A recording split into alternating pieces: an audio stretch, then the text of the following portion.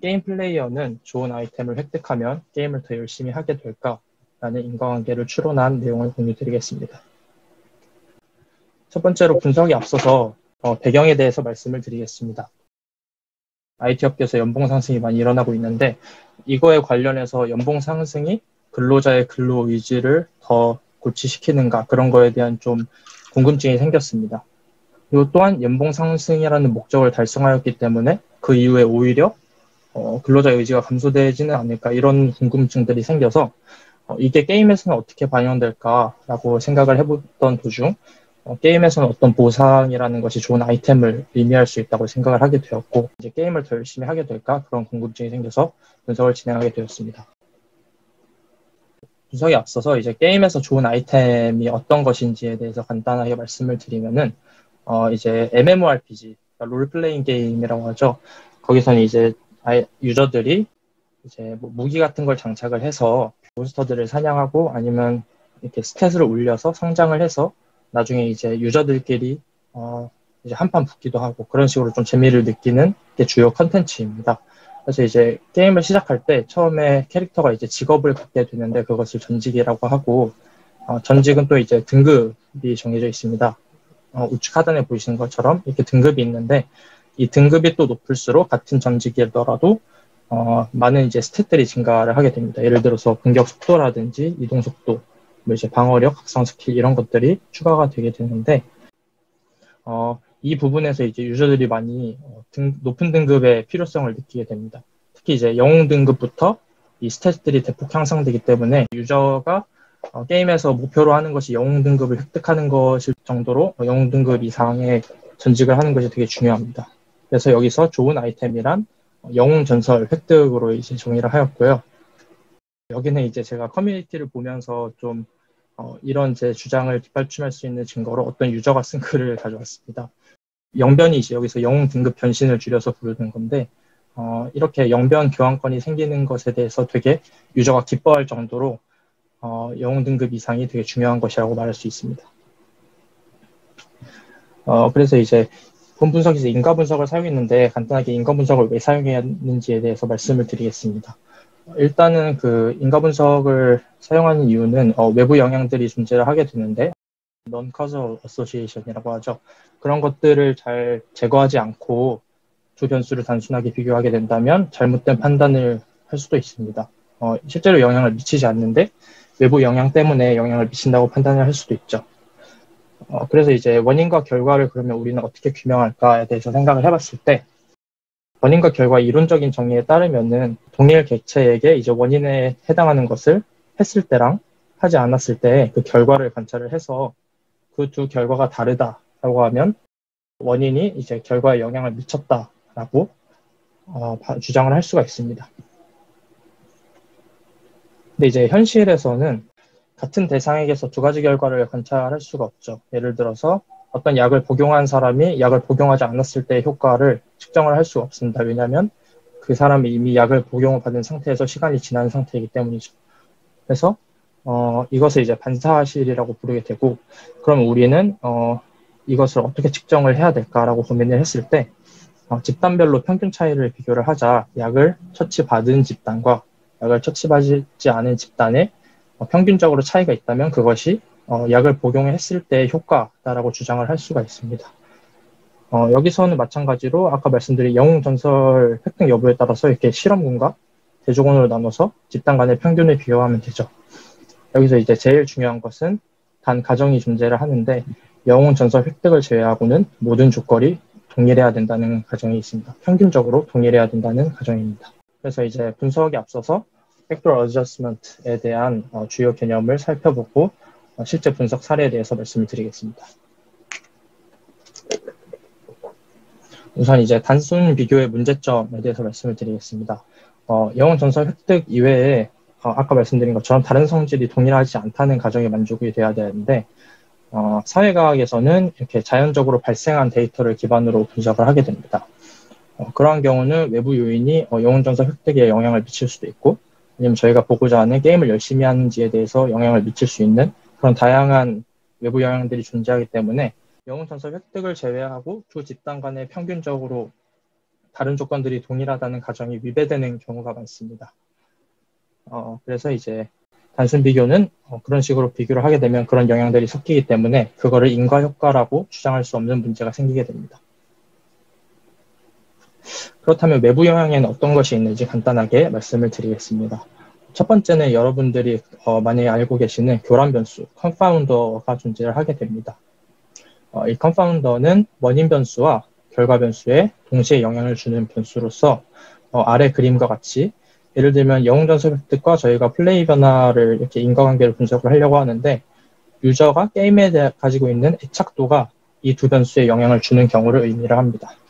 그래서 아까 앞에서 말씀드린 이 영웅전설 획득 두 집단에 대해서 플레이 변화를 차이를 이렇게 단순하게 비교를 하게 된다면 이 방향으로 흐르는 커절 어소시에이션이랑 이 방향으로 흐르는 넌 커절 어소시에이션이 합쳐진 결과를 저희는 얻게 되는 겁니다. 실제로는 이 엣지에 해당하는 영향만 얻고 싶은데 말이죠. 그래서 이런 식으로 저희가 관찰된 데이터를 봤을 때 이런 식으로 구조가 이루어지기 때문에 실제로 데이터를 뽑아보면은 영웅전설 획득에 따라서 이렇게 실험군, 대조군으로 나눠봤을 때 이쪽에 이제 게임에 대한 애착도가 많은 유저가 많이 포함되어 있고 대조군에는 게임에 대한 애착도가 낮은 유저가 많이 포함이 되어 있을 겁니다. 그래서 이런 식으로 저희가 두 집단을 비교하게 되면 인과관계를 추론을 할 수가 없겠죠. 그렇다면 이 교란 변수를 어떻게 제거할 수 있을까요? 제가 랜더마이즈드 익스페리먼트를 통해서 이것을 제거를 할 수 있습니다. 그 뜻은 저희가 이 영웅전설 획득이라는 처치 자체를 실험 대상자, 유저들의 자기 선택에 의해서 영웅전설 획득이 정해지는 게 아니라 실험자, 그 분석가가 이 영웅전설 획득을 임의로 할당을 해버리는 겁니다. 그리고 그 다음에 일어나는 결과 변수에 대한 영향을 파악을 하는 것이죠. 그래서 이렇게 임의로 할당을 하게 되면 아까 애착도가 높은 유저가 실험군에 많이 속해 있었지만 두 집단 간에 이제 애착도가 이제 평균적으로 동일하게 맞춰지는 효과가 나타나게 됩니다. 이 상태에 이렇게 얻어지는 데이터를 통해서 두 원인 변수가 결과 변수에 미치는 그 단순 비교를 하게 된다면 이것은 인과효과라고 주장을 할 수가 있습니다. 하지만은 아까 앞에서 말씀드린 것처럼 영웅전설 획득이 되게 게임 플레이에서 중요하기 때문에 이것을 특정 유저들한테 임의로 할당하는 것은 형평성 문제를 해칠 수 있고 자칫하면 유저들의 반발을 할 수 있는 부분이어서 현실적으로 불가능합니다. 그렇다면 이제 저희가 여기서 인과효과를 추론하기 위해서는 어떻게 해야 되는가에 대해서 말씀을 드리면은 그 애착도가 유사한 아니면 같은 그 집단끼리 비교를 해서 여기에 애착도를 교란 요인으로 통제를 하게 되면은 이 구조, 그래프 구조 상에서는 애착도를 통제한 상태에서 영웅전설 획득이 플레이 변화에 미치는 영향을 추정을 하게 되면 저희가 확인하고자 하는 인과관계가 나오게 됩니다. 그래서 이거는 이제 회귀 모델의 독립 변수로 추가하여 통제하는 방법을 생각해 볼 수 있습니다. 그 다음에 이제 외부 영향으로 또 많이 알고 계시는 것이 콜라이더라는 것입니다. 콜라이더는 그 원인 변수와 결과 변수의 영향을 이번에는 동시에 받는 변수를 의미합니다. 그래서 이제 콜라이더 같은 경우는 앞에 교란 변수는 통제를 해야지 인과관계를 추정할 수 있었지만 콜라이더 같은 경우는 통제를 하는 경우에 그 원인 변수와 결과 변수 간에 특정 종속 관계가 생기게 됩니다. 그래서 실제 인과관계가 아닌 그 종속 관계가 섞여 들어가면서 인과관계랑 다른 값이 나오게 되고요. 이것을 이제 콜라이더 바이어스라고 부르게 됩니다. 그래서 결과적으로 콜라이더는 통제 대상에서 제외하고 그냥 그대로 놔둬야지 인과관계를 추정을 할 수가 있습니다. 네, 이렇게 이제 외부 영향에 대해서 살펴보았고, 그다음 이제 커저럴 그래프에 대해서 간단하게 말씀을 드리겠습니다. 일단은 커저럴 그래프는 이쪽에 동그라미 노드에 해당하는 것이 변수를 의미하고 이렇게 엣지에 해당하는 것이 인과관계, 직접적인 인과관계를 의미합니다. 그리고 노드 간의 관계를 살펴보면은 부모는 직접적인 영향을 미치는 노드를 의미를 하고요. 여기서 이제 t에 대해서 부모는 x1입니다. 그리고 반대로 자식은 이제 직접적으로 영향을 받는 노드로서 x1에 대해서 자식은 t가 됩니다. 그리고 이런 이제 영향들이 흐르는 길을 이제 경로라고 하는데 이게 이제 non-causal association 저희가 통제해야 되는 그런 경로들을 말하게 됩니다. 이제 경로는 두 가지로 나뉘게 되는데 directed path랑 undirected path로 나뉘게 됩니다. 얘를 다이렉티드 패스는 그 경로가 이어지는 방향이 단방향으로 흐르는 경우를 말하고요. 언다이렉티드 패스는 한 방향으로 흐르지 않는 경우를 말합니다. 그래서 여기 예시를 들어보면은 x1과 y 간의 경로를 보면은 여기에서 이제 여기로 이어지는 경로가 이렇게 하나랑 이렇게 하나가 두 개가 있습니다. 그래서 이 방향으로 흐르는 거는 한 방향으로 흐르기 때문에 다이렉티드 패스라고 하고, 이 방향으로 흐르는 그 영향은 이렇게 엣지가 한 방향으로만 가지 않기 때문에 undirected path라고 합니다. 그래서 우리가 이렇게 그 커서 그래프를 그렸을 때 이것을 이제 확률적으로 어떻게 표시하는지에 대해서 말씀을 드리겠습니다. 일단 이제 joint distribution을 표현하는 방법 중에 이제 가장 대표적인 방법이 chain rule of probability, 다음과 같이 이렇게 체인 룰에 의해서 joint distribution을 표현하는 방법이 있는데, 여기에 이제 저희는 하나의 가정을 하게 됩니다. 바로 이제 local Markov assumption이라고 해서 직접적으로 영향을 미치는 노드에만 영향을 받는다라는 가정입니다.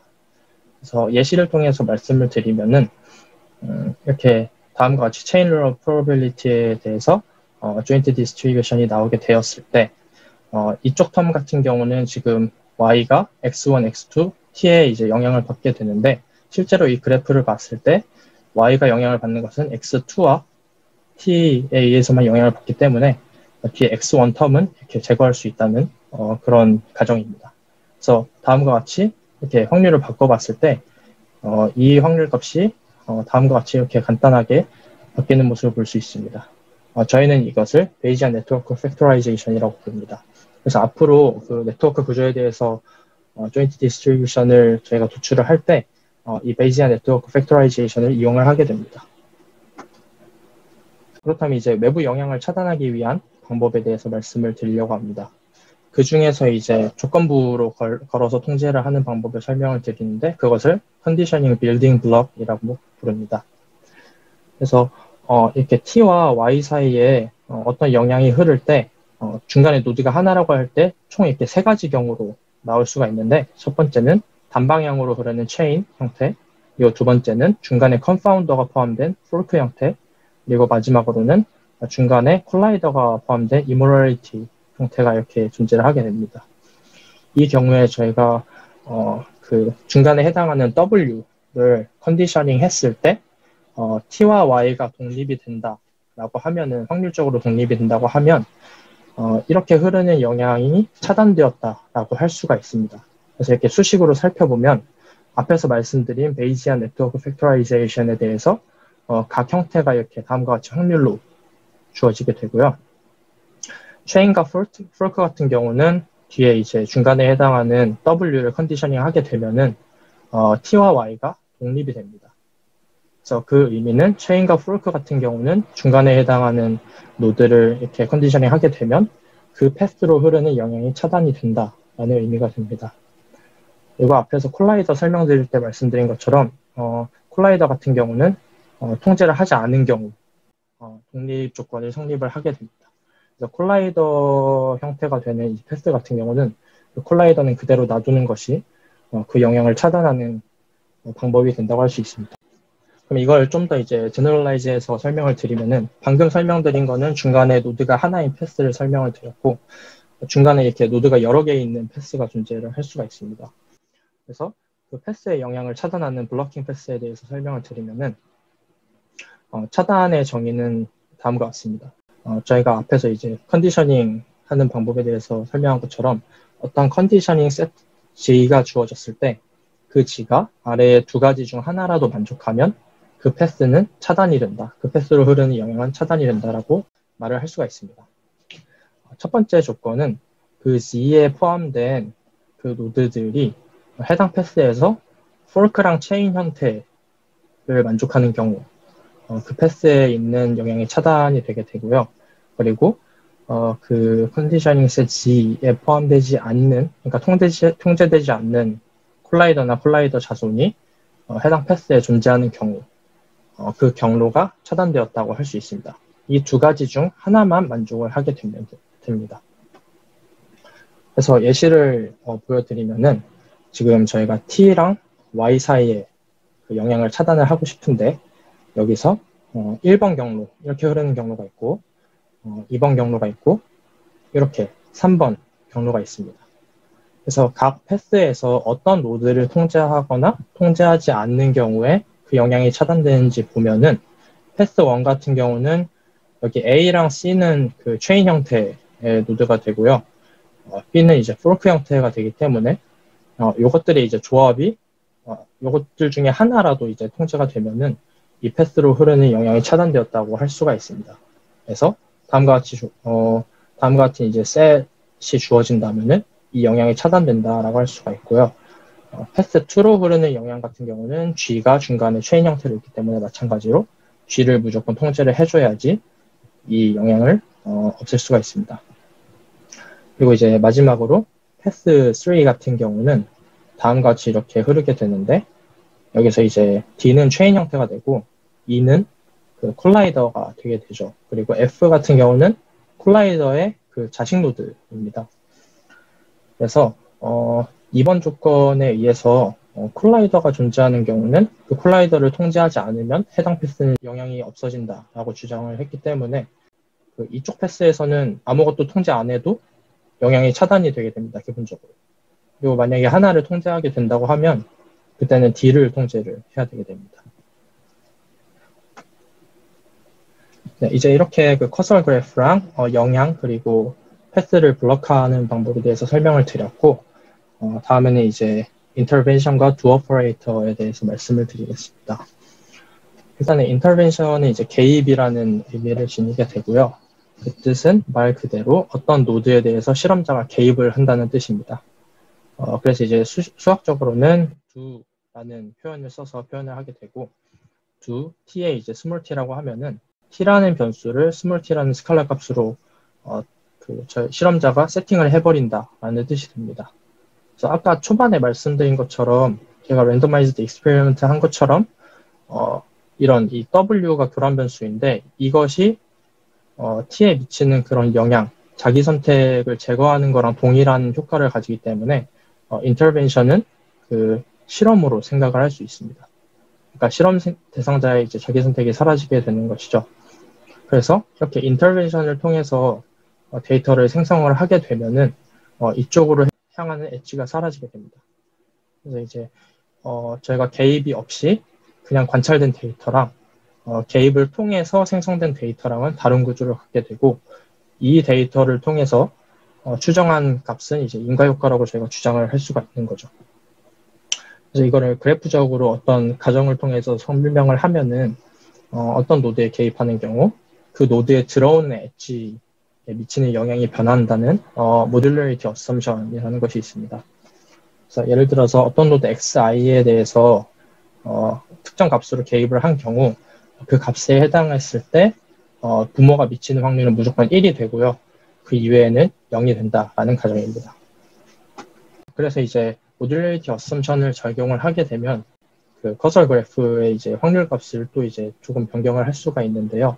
그것을 이제 truncated network factorization이라고 부릅니다. 요거는 앞에서 이제 베이지안 네트워크 팩토라이제이션의 값에 모듈러리티 어썸션을 추가를 한 것을 의미를 합니다. 예를 들면 이제 다음과 같이 되는 거죠. 베이지안 네트워크 팩토라이제이션에 따라서 관찰된 데이터의 이제 조인트 디스트리뷰션을 구했을 때 이제 다음과 같이 나타날 수가 있고 여기에 만약에 저희가 t에 대해서 small t라는 값으로 개입을 했다고 합시다. 그러면은 그거에 따른 이제 네트워크 구조는 t로 들어오는 영향이 없어지게 되고요. 그리고 그 확률값이 1이 되기 때문에 해당 텀을 제외를 할 수 있다. 그런 의미가 됩니다. 그래서 이제 저희가 처음으로 돌아가서 association is not causation 이라는 것을 증명을 해볼 건데요. 여기서 이제 association이라고 하는 것은 이런 관찰된 데이터, 컴파운더가 영향을 이제 충분히 미치는 관찰된 데이터에서 이제 t와 y 사이의 관계를 그대로 추정을 한 것이고, causation이라고 한 것은 앞에 말씀드린 것처럼 do operator, 그러니까 intervention을 통해서 생성된 그래프에서 데이터에서 t와 y 사이의 관계를 추정한 그 확률값이 되게 됩니다. 그래서 여기 이제 관찰된 데이터에서 밑에 모듈러리티 어썸션에 의해서 t에 개입해서 인터벤셔널 디스트리뷰션을 구해보면은 다음과 같이 나타날 수 있게 되고요. 그래서 이것들을 이제 확률값으로 비교를 하게 되면 association 같은 경우는 지금 이런 식으로 주어지게 되는데 마지널라이징을 해서 W라는 텀을 추가를 하고 이거를 베이지안 룰에 의해서 이렇게 분해하면 다음과 같이 나타나게 됩니다. 그리고 우리가 이제 인과효과라고 주장하는 커세이션은 그 인터벤션을 통한 데이터를 통해서 확률값을 계산을 하게 되면 여기도 마찬가지로 마지널라이징을 해서 W라는 텀을 추가를 하게 되고 그러면 이 확률값은 밑에 인터벤션의 디스트리뷰션에 의해서 이런 식으로 나오기 때문에 다음과 같이 표현을 할 수 있습니다. 결국에는 association은 causation과 다르다라는 결과가 나오게 되는 것이죠. 저희가 이제 분석할 데이터는 위쪽에 해당하는 관찰된 데이터인데 실험을 통해서 밑에 생성된 데이터만이 이제 causation을 논할 수 있다라고 주장을 하는 것이기 때문에 저희는 그러면 causation을 실제로 규명할 수 없다라고 주장할 수 있겠죠. 하지만 그것을 위해서 다음에 백도어 어드저스먼트라는 방법이 이제 도입되게 됩니다. 이것의 컨셉은 관찰된 데이터의 커설 그래프를 개입을 통해서 생성된 커설 그래프와 이제 구조를 동일하게 만들자라는 컨셉이고요.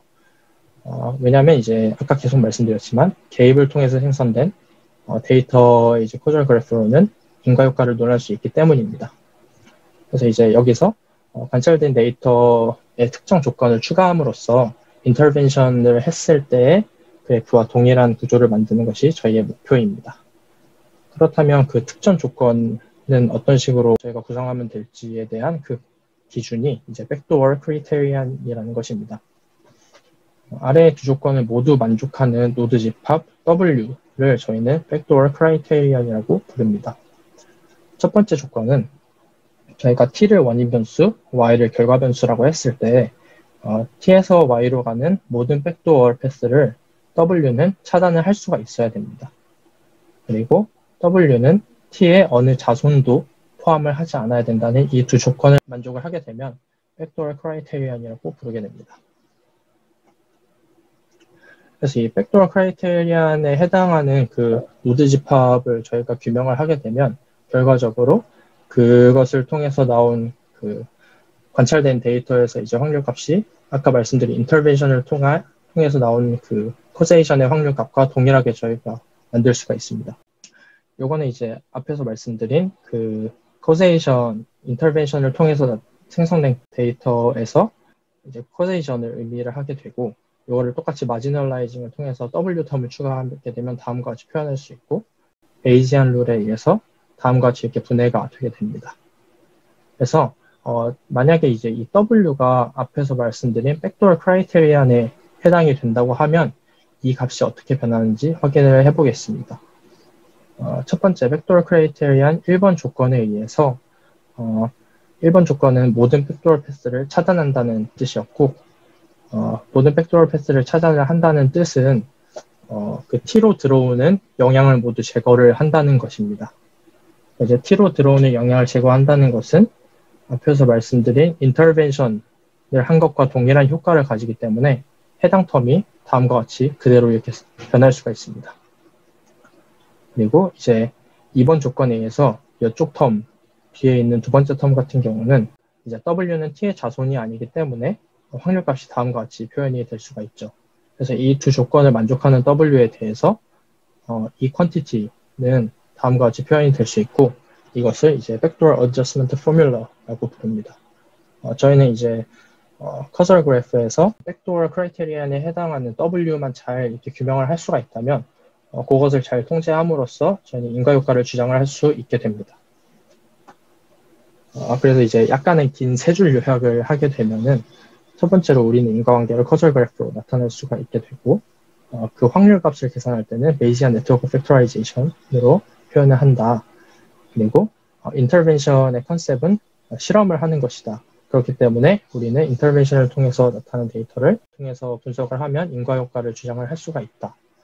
그리고 이제 세 번째로는 인터벤션은 그렇다면 커설 그래프의 변화를 일으키기 때문에 이거 저희가 이제 관찰된 데이터를 그 그래프와 동일하게 맞추게 되면은 인과효과를 주장을 할 수 있게 되고 그렇게 동일하게 맞추는 기준은 백도어 크라이테리안입니다. 이런 식으로 이렇게 세 가지로 정리를 할 수 있습니다. 그럼 이제 실분석 사례로 넘어가도록 하겠습니다.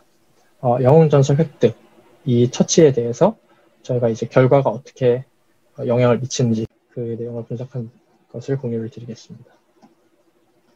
일단은 이제 설계 절차는 다음과 같습니다. 첫 번째로 변수를 정의를 하고 분석 기관과 그 대상을 선정을 하게 되고요. 네 번째로는 인과 효과를 추정할 세부 그룹을 나누게 되고, 다섯 번째로 앞에서 말씀드린 인과 다이어그램을 통해 통제 변수를 구성하는 절차를 거치게 됩니다. 이제 첫 번째 변수 정의에 대해서 말씀을 드리겠습니다. 저희가 이제 원인 변수로 한 것은 영웅전설 획득 여부에 대해서 원인 변수로 했고요. 최초로 획득한 경우를 이제 원인 변수로 저희가 정리를 했습니다. 그리고 측정 기간 같은 경우는 7일 동안 영웅전설 획득 여부를 측정을 했습니다.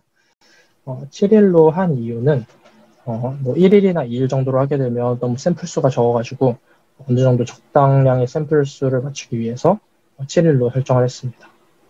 그래서 획득을 한 경우 실험군의 1, 획득을 하지 않은 경우 대조군의 0의 값을 부여를 했습니다.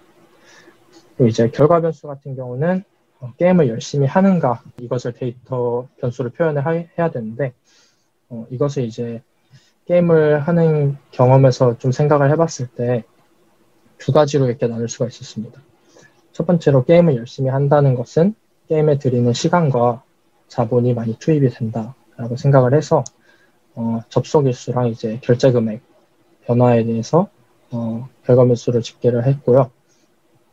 똑같이 이제 게임에 들이는 시간과 자본이 많다고 해도 상위 컨텐츠를 즐기는 경우 더 게임을 열심히 하는 것이다라고 생각을 해서 유저 그룹 지표 상향 여부라는 것을 결과 변수로 도입을 했습니다.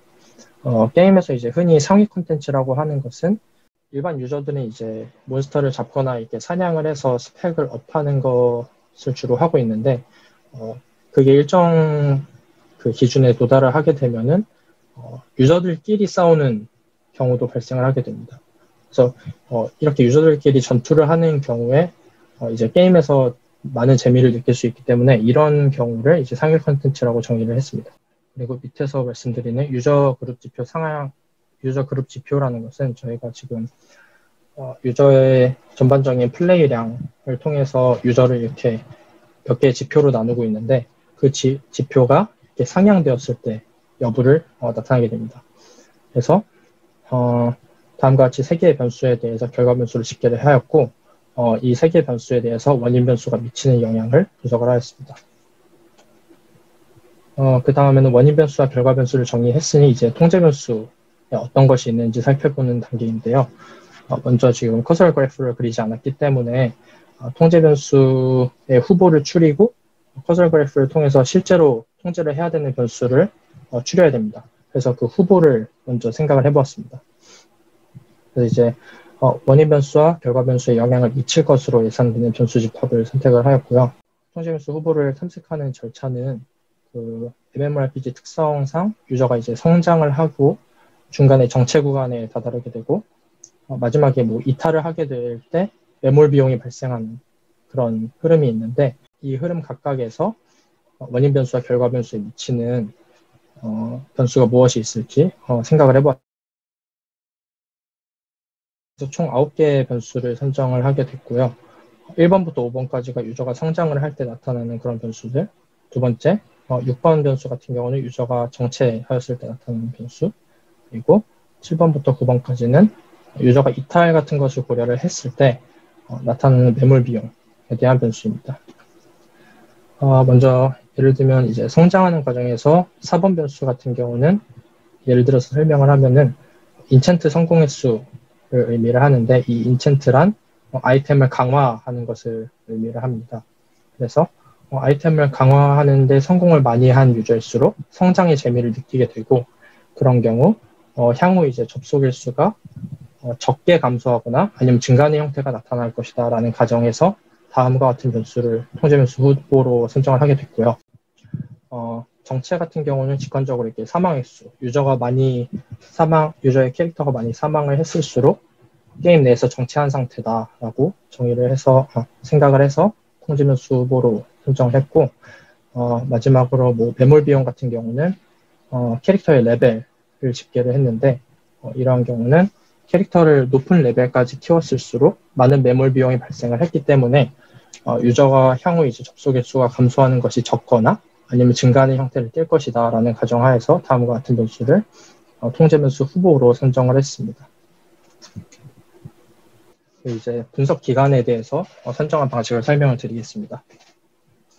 분석 기간 같은 경우는 한 분석 기간에서 이제 분석을 하게 돼서 만약에 인과 효과가 도출되었다라고 했을 때 그것이 게임 전반에 걸쳐서 동일하게 나타나는지 재현성 확인이 필요했습니다. 그래서 이 재현성을 확인하기 위해서 여러 기간에 대해서 동일한 분석을 진행을 했고요. 그렇다면 그 기간을 어떻게 선정을 해야 되는가라고 고민을 했을 때 저는 이제 주요 업데이트의 바로 직후를 기준 기간으로 설정을 했습니다. 그러니까 예를 들면은 주요 업데이트를 하게 되면은 원인 변수의 영웅 전설의 가치가 변화를 하게 되고요. 그렇다면 그 가치가 변화했기 때문에 인과 효과도 변하지 않을까라는 가정하에 분석 기간을 업데이트 이후로 선정을 했습니다. 예를 들면 주요 업데이트가 아까 말씀드린 가장 높은 등급인 신화 등급이 나오는 주요 업데이트라고 했을 때 그 업데이트가 되기 전에는 영웅 전설만으로는 되게 충분하다 유저들이 생각을 해서 그것을 획득했을 때 플레이 변화가 되게 많을 수가 있습니다. 하지만 이제 신화 등급이 나오게 되면은 영웅 전설이 되게 좋기는 한데 조금 부족하다라는 그런 생각을 하게 되면서 그 플레이 변화가 적을 수 있고 이 두 가지는 이제 원인 변수가 결과 변수에 미치는 영향이 다르게 나타날 수도 있기 때문에 이 업데이트를 기준으로 해서 총 5개의 시점을 재현성을 확인하기 위한 시점으로 선정을 했습니다.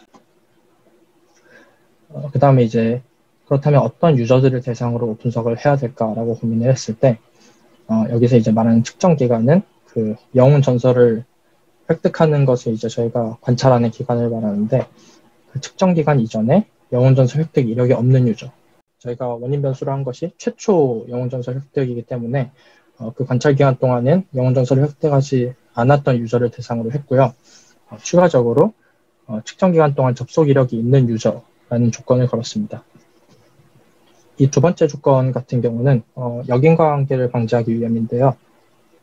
영웅 전설을 획득한 유저 같은 경우는 관찰 기간에 무조건 접속을 했을 것이고 영웅 전설을 획득하지 못한 유저는 관찰 기간에 접속을 했으나 획득을 하지 못한 경우랑 접속을 하지 않아서 획득을 하지 못한 경우가 발생을 할 수 있습니다.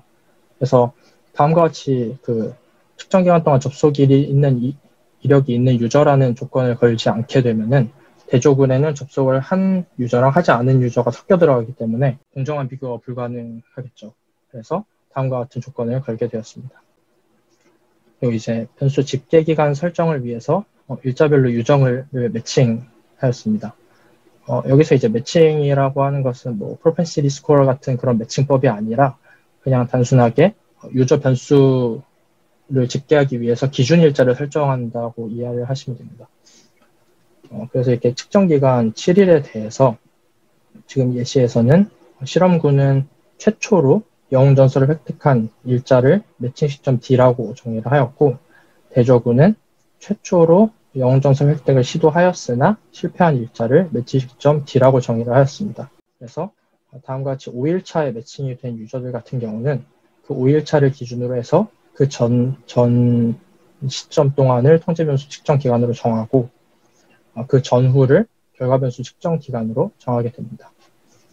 참고로 앞에서 설명을 안 드렸지만 결과 변수 같은 경우는 전후의 변화량을 측정을 했고요. 예를 들어서 접속일수 변화라고 하면은 획득 이후에 30일간 접속일수랑 획득 전 30일간 접속일수를 뺀 값을 의미를 하게 됩니다.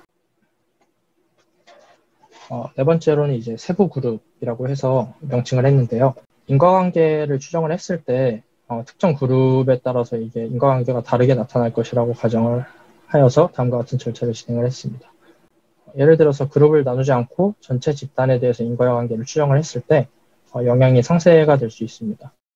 가령 이제 아까 사냥을 주로 하는 유저랑 그리고 그 PVP, 그 전투를 주로 하는 유저 예시를 들었는데 사냥을 주로 하는 유저는 영웅 전설 획득을 했을 때 좋기는 하지만 그 플레이 변화 증가량이 크지 않을 수가 있는데, 전투를 하는 유저 같은 경우는 스탯이 대폭 향상되고 저 상대한테 내가 졌지만 다시 이길 수 있다라는 자신감이 생김으로써 그 인과관계의 크기가 더 클 수도 있습니다. 그래서 이런 기준을 통해서 두 그룹을 나눠서 각각 인과관계를 추정하는 것이 적합하다고 판단을 해서 그룹을 나누게 되었습니다. 그래서 그 그룹을 나누는 기준은 말씀드린 유저 그룹 지표, 유저의 전반적인 플레이량을 고려해서 지표화한 그 지표에 따라서 그룹을 나누게 되었고요. 추가로 이제 기존 결제 여부에 따라서도 그룹을 나눴습니다. 유저 그룹 지표 같은 경우는 그룹 1은 컨텐츠 참여도가 높은 유저고요. 그룹 2는 참여도가 낮은 유저를 의미하게 됩니다. 기존 결제 여부에서 과금 유저는 결제 이력이 있는 유저, 기존에 결제를 했던 유저고, 무과금 유저는 결제 이력이 없는 유저를 의미하게 됩니다.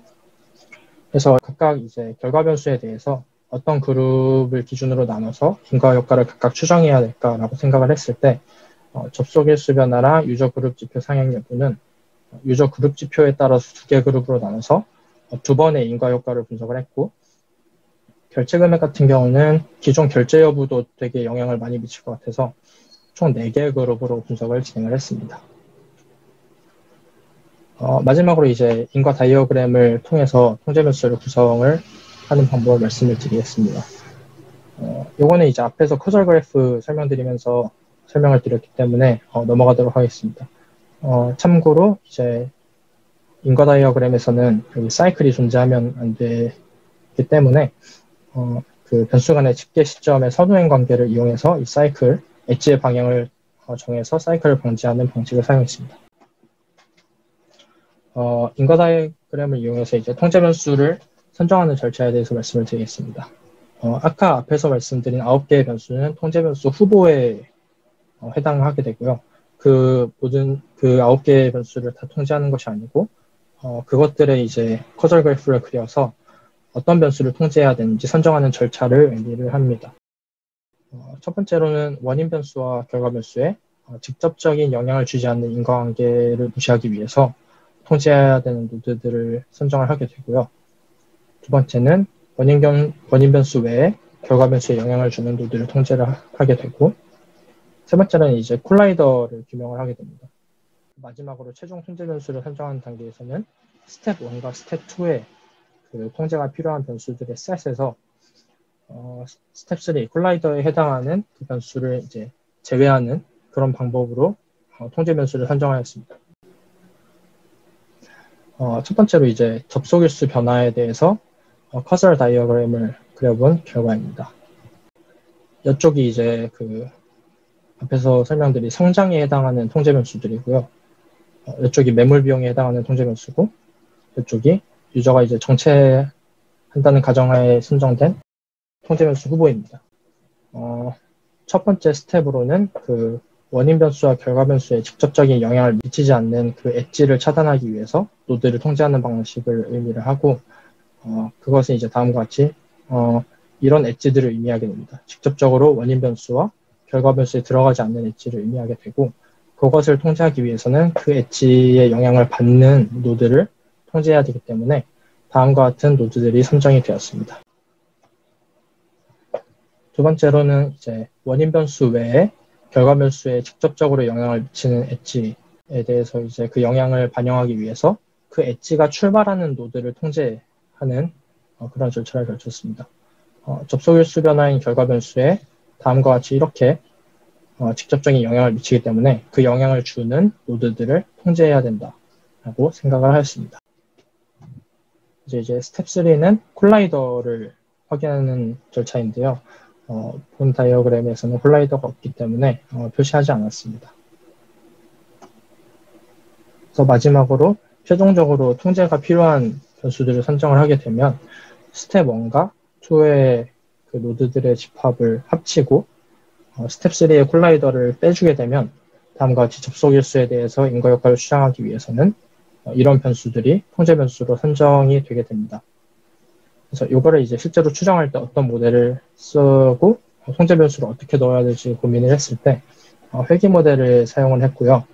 독립 변수에는 통제 변수랑 원인 변수를 넣었고 종속 변수는 결과 변수로 구성을 했습니다. 그리고 마찬가지로 결제 금액 변화 같은 경우도 인과 다이어그램을 그려본 결과 다음과 같이 나타났고, 예시를 통해서 간단하게 설명을 드리면, 계정 생성 후 경과일이 이제 높은 게임을 오래 한 유저일수록 총 결제액이 높을 것이며, 총 결제액이 또 높은 유저일수록 향후 이제 결제 금액 변화량이 적거나 아니면 증가하는 형태를 띌 것이다. 사망 횟수가 높을수록 많이 사망하였기 때문에 스탯을 올리기 위해서 결제 금액 변화량이 높아질 것이다. 이런 식으로 각 노드 간의 인과관계를 생각을 해서 다음과 같이 다이어그램을 그리게 됐고, 여기서는 그 앞에서 접속 일수 변화 다이어그램에서 통제 변수 산정한 것과 동일한 절차를 거쳐서 다음과 같이 회기식을 구성을 할 수가 있었습니다.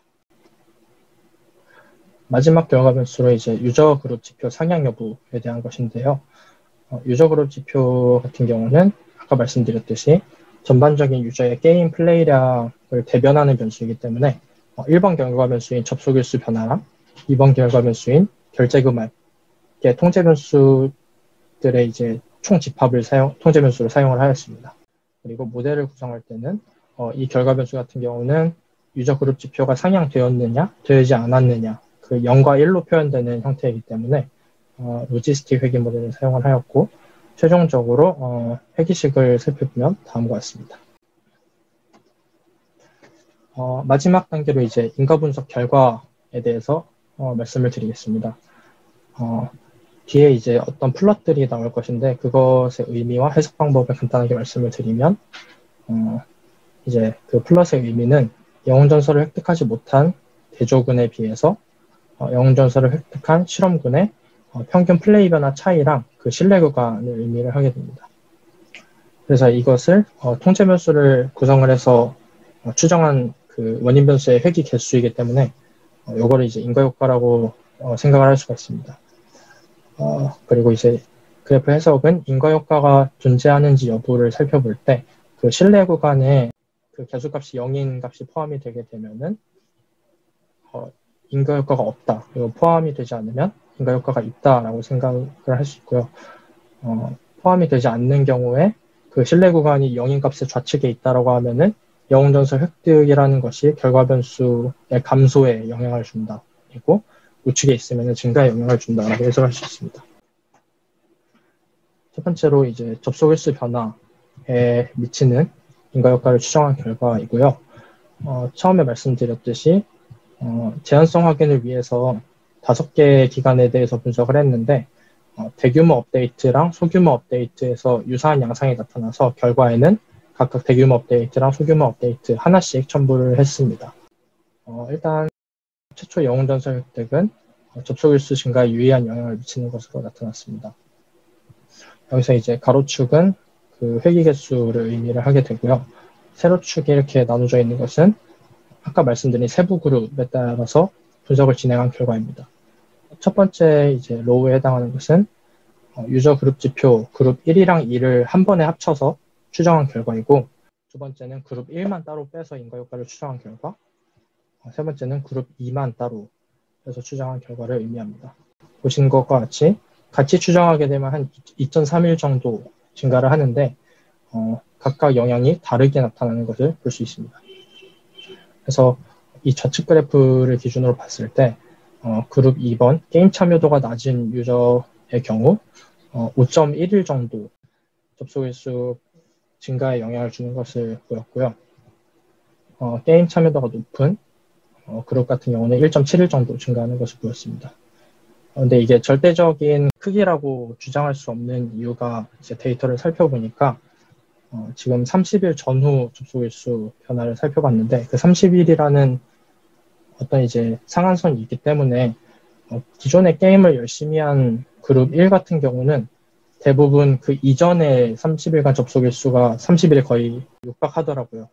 그리고 게임을 많이 하지 않던 참여도가 낮은 그룹 같은 경우는 그 30일보다 훨씬 적은 접속 일수를 가졌기 때문에 그 증가량의 차이가 크기가 존재할 수밖에 없는 구조였습니다. 이거는 이제 결과 변수가 상한선이 있기 때문에 나타나는 현상이라고 생각할 수 있습니다. 그래서 결과를 말씀드리면 영웅전설 획득은 유저 접속을 독려하는 효과가 있으며 본 그래프에 따라서는 게임 참여도가 낮은 그룹에서 그 효과가 크다라고 확인할 수 있었습니다. 두 번째로 결제 금액 변화에 미치는 인과효과를 추정한 결과입니다. 결제 금액 변화 같은 경우는 지금 플러시 4개가 있는데 그 기존 결제 여부랑 그리고 유저 그룹 지표에 따라서 총 4개의 그룹에 대해서 인과효과를 추정을 하였습니다. 마찬가지로 대규모 업데이트 이유랑 소규모 업데이트 이유 각각 플롯 하나씩 추가를 했고요. 대회비 때문에 이쪽 안에 이제 평균값은 표기하지 않았습니다. 처음으로 이제 보시면은 위쪽에 해당하는 게 무과금 그룹이고 아래쪽에 해당하는 게 과금 그룹인데 무과금 과금 그룹에서 그 인과효과가 다르게 나타나는 것을 볼 수 있고 모든 그룹에서 영웅전설 획득은 그 결제 금액 변화 증가에 영향을 준다라고 확인할 수 있었습니다. 마지막으로 유저 그룹 지표 상향 여부에 대해서 인과효과를 추정한 결과입니다. 요거는 이제 로지스틱 회계를 썼다고 말씀을 드렸는데 그 회계 개수를 그대로 사용하는 경우에 그게 로그 오주비를 나타내서 좀 해석하는데 어려움이 있어서 그거를 이제 확률의 변화 값인 마지널 이펙트로 다시 계산을 해서 첨부한 결과입니다. 마찬가지로 그 대규모 업데이트랑 소규모 업데이트 하나씩 결과를 첨부를 했고 접속 일수 변화랑 비슷하게 게임 참여도가 낮은 그룹 2에서 약 그 유저 그룹 지표가 상향될 확률이 영웅전설 획득을 했을 때 10.5% 정도 증가하는 현상이 보였고 그룹 2 같은 경우는 1.3%포인트 정도 증가하는 모습을 보였습니다. 그리고 모든 업데이트 종류나 유저 그룹 지표에서 그 긍정적인 영향이 나타나는 것을 볼 수 있었습니다. 그래서 최종 결론을 말씀을 드리면은 최초 영웅전설 획득은 30일간 전반적인 게임 플레이 증가에 긍정적인 영향을 미치는 것을 보였습니다. 그리고 소규모 업데이트보다 대규모 업데이트에서 효과의 크기가 더 크게 나타났고 게임 참여도가 저조하였던 그룹과 그리고 기존에 결제를 한 그룹에서 효과가 더 크게 나타났다라고 결론을 지을 수가 있었습니다. 본 분석을 하면서 제가 느낀 점에 대해서 말씀을 드리면은 초반에 말씀드렸듯이 인과효과를 논하기 위해서는 단순 비교를 해서는 안 되고 적절한 외부 영향 통제가 필요하다라는 걸 느낄 수 있었고 이를 위해서는 도메인 지식이 기반이 되어야 된다라고 생각을 했습니다. 예를 들면은 외부 영향이 어떤 것이 존재하는지 그리고 원인과 결과 변수 간의 관계는 어떻게 되는지 이거를 이제 데이터로 어떻게 집계를 해야 될지에 대한 고민들이 많이 필요했었습니다. 그리고 이제 분석 기법도 중요하지만 이런 이 변수를 선정하고 대상을 선정하고 분석 기간을 선정하는 부분에서 많은 시간이 투자돼야 된다라는 경험을 하였습니다. 마지막으로 이제 분석 내용에 대해서는 저희 실 블로그에 올라와 있고요. 그리고 두 번째로 앞에서 설명드린 백도어 어드저스먼트는 그 유튜브 강의를 통해서 공부를 하였기 때문에 다음과 같이 어펜디스를 참고하면 좋을 것 같습니다. 이상으로 제 발표는 여기까지입니다.